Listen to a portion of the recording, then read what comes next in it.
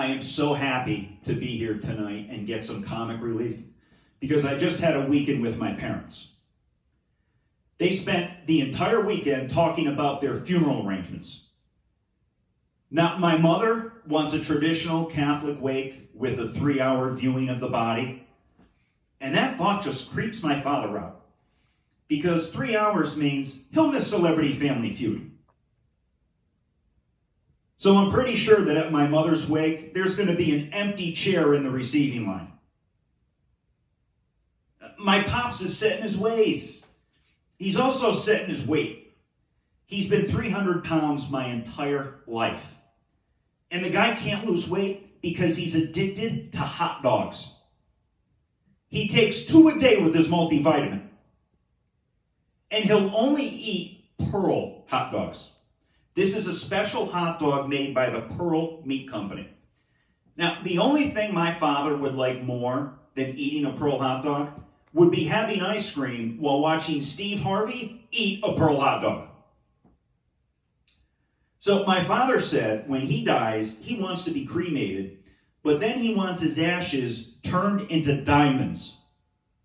This is no joke. There's a company that does this. The company's name is Life Gem.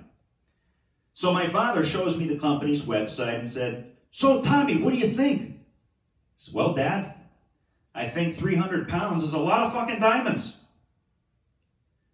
Maybe we should have you appraised. We'll find out how many pearls it takes to make a diamond."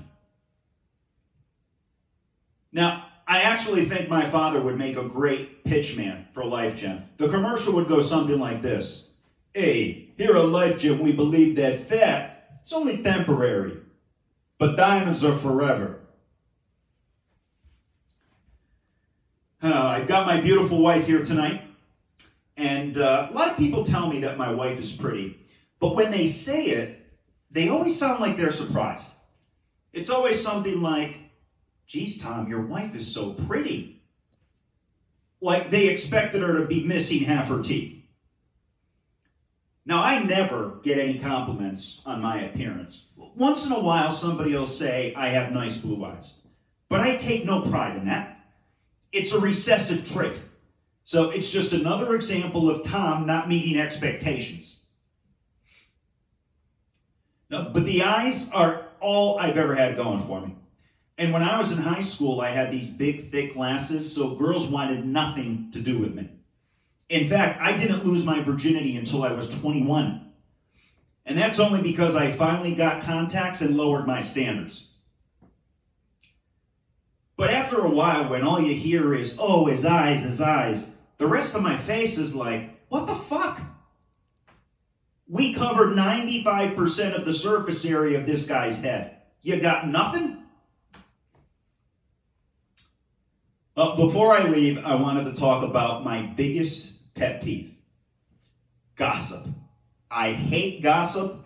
I wish we could make gossip a felony. And that's a very hard thing for me to say.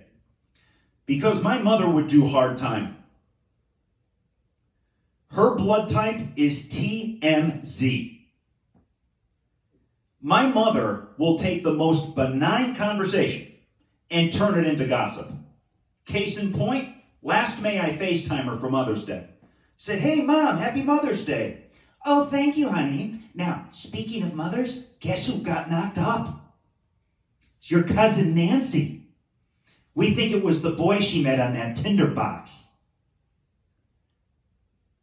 Don't get me wrong, my mother's got a heart of gold, but she's got a tongue like a machete.